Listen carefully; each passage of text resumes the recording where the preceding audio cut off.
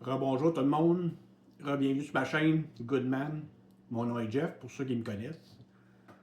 Quand on est à retraite, ou à retraite forcée, on se met toujours à passer.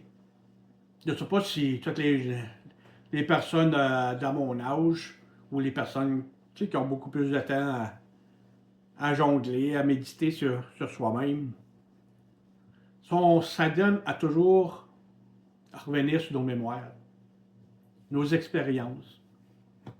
D'où ce qu'on a commencé, puis des choix qu'on a faits, puis des choix qu'on aurait dû avoir changés. Moi, je pense souvent à mon enfance. Tu sais, on dit toujours que les jeunes, les enfants d'aujourd'hui, c'est notre prochaine génération. Mais je trouve qu'on n'en prend pas soin. Et moi, je me rappelle quand j'étais jeune, j'ai beaucoup de souvenirs quand j'étais à l'école primaire. J'ai beaucoup de souvenirs de ces temps-là. Peut-être que ça m'a traumatisé, peut-être c'était il y avait trop de changements dans ma vie dans le temps. J'étais jeune, tu sais, bon, à l'école primaire. Là, mais je me rappelle à l'école primaire que j'étais toujours en train de me défendre. Toujours. Et je me rappelle pas que. Je pense pas que je passais 2 jours sans être obligé de me défendre. Je me rappellerai toujours des personnes, ça aurait dû avoir été traumatisant parce que les noms vont toujours rester. Je nommerai pas les deuxièmes noms, mais juste à la fin de l'histoire, ça va donner un petit accro, un petit accrochage. Et je me rappelle qu'il y avait Luc, il y avait Gordy, il y avait Daniel, puis il y avait les deux frères, Luc et Pierre. Eux autres, mon autre sacré dévoilé. À tous les 2 jours, je mangeais ma volée. Puis dans ce temps-là, tu ne peux pas te plaindre aux parents. Calais, t'as mangé une volée par en arrière encore. Et on essaie de comprendre les problèmes des enfants. Puis moi, je m'en rappellerai toujours, moi, parce que je ne pouvais pas en parler trop. Parce que les parents voulaient rien savoir. Je leur parlais, puis eux autres avaient leur petite vie dans ce temps-là. Je n'en veux pas aujourd'hui, mais c'est juste pour mettre en contexte l'histoire que je raconte. C'est des souvenirs qui reviennent toujours. Des batailles. Manger à voler régulièrement. Après ça, je rentrais dans les classes. Révolté. Je trouve que j'avais des raisons d'être révolté. Puis dans ce temps-là, les professeurs, c'était pas des enfants de cœur. Je m'en rappellerai de Mme Lise Paul Lacroix. D'autres, je ne veux pas être méchant, c'est pour pas être blasphème, même. On l'appelait la grosse Lise. Elle, avait intérêt à porter attention. Je me rappelle, moi, que je niaisais dans la classe, où je portais pas attention, où je faisais des foleries, elle poignait derrière la tête par les cheveux, la tête de premier sur le bureau. Ça, c'est même que ça se passait. Il y en avait des bons professeurs. Je ne peux pas enlever celui qui avait du crédit, là. Mais il y en avait, là, qui étaient rough. Surtout Carmen. Elle m'avait planté les ongles. Elle m'avait poigné par le poignet parce qu'elle n'avait assez de mon cas. Elle m'avait rentré les ongles assez creux dans la chair. Là. Et ça avait resté des marques et des souvenirs. Puis quand on était trop un problème, on avait le principal. Lui, c'était la strap de castor. Il y avait une strap en cul de castor. Tu te mettais les deux mains, puis quand t'en sacrais un coup des mains, là, hey, c'est un souvenir qui te resterait très longtemps. Je pense que c'était ça leur but, mais ça, c'est à charrier un peu trop loin. Mais tes souvenirs qui reviennent de même, c'est. On dit toujours pourquoi que pourquoi qu'on faisait ça. Y aurait-il eu d'autres choses qu'on aurait pu faire, mais on était enfants. On peut pas changer le passé, mais le passé il reste toujours avec nous autres. Mais je me rappelle que quand j'arrivais à l'école secondaire, la première journée, je m'étais promis que assez, c'était assez. Là, c'était à mon tour. Gros, pas gros, grand, pas grand, c'était à mon tour. Puis j'ai parti après celui qui m'avait traumatisé à l'école primaire.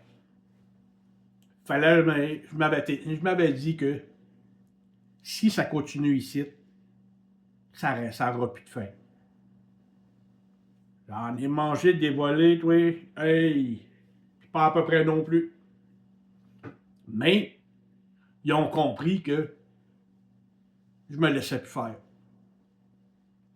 Puis, pas pour me vanter, il n'y en a pas un à l'école primaire qui a réussi à me faire rester à terre.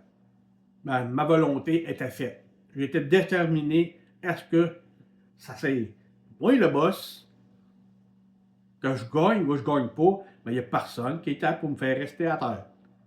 Je pense que c'est ça qui m'a forgé le caractère après d'être toujours à vouloir avancer.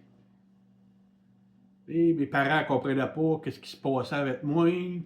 J'ai été suivi par des psychologues parce que là, je me battais, je n'étais pas bon à l'école, puis c'était toujours on va te placer, puis on va te placer. C'est un des problèmes.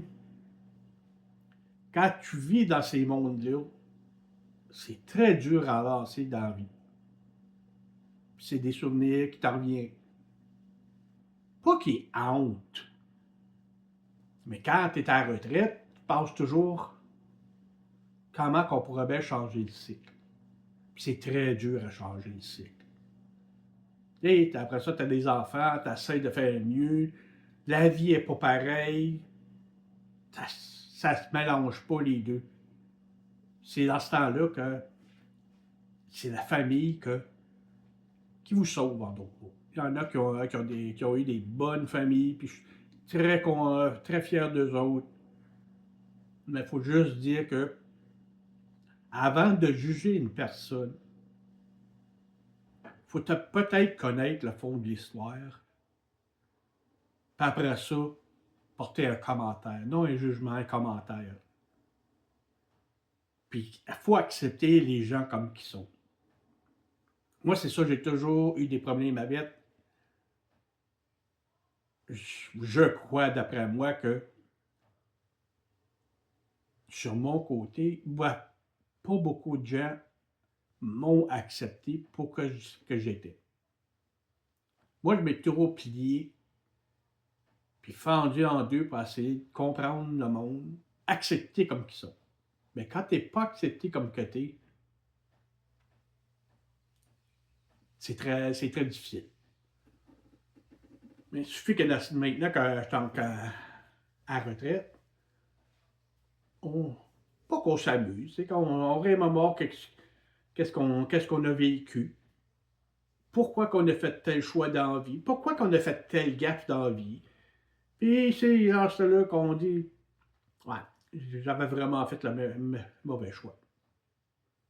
Et puis on souhaite toujours que, quand on donne une opinion à une personne plus jeune que nous autres, on espère toujours que cette personne-là écoute ce qu'on dit, pas parce qu'on veut les contrôler, mais peut-être parce qu'on a passé à travers ces événements-là, ou similaires, qu'on voudrait juste les aider à ce que ça soit moins pénible pour eux.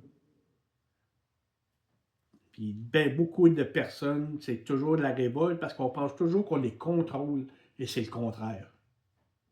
On fait ce qu'on peut, on donne nos commentaires, nos commentaires sur qu'est-ce qu'on a vécu et on espère toujours que les erreurs du passé restent les erreurs du passé et non des nouvelles erreurs du futur.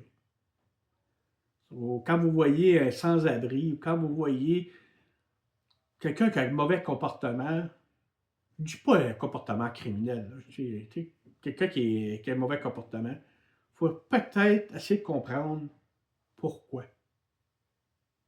Puis si vous ne voulez pas comprendre pourquoi, portez pas de jugement. Éloignez-vous de cette personne-là, c'est tout. Cherchez pas la confrontation à vous imposer. On aide ceux qui veulent être aidés. Et les autres, on espère qu'ils changent d'idée. Là-dessus, il m'a vous laisser. Je vais vous revenir avec d'autres souvenirs et expériences de ma part. S'il vous plaît, abonnez-vous. Ça l'aide beaucoup ma chaîne. Et faites des likes. Et on s'en reparle la prochaine. Salut tout le monde, c'est Jeff.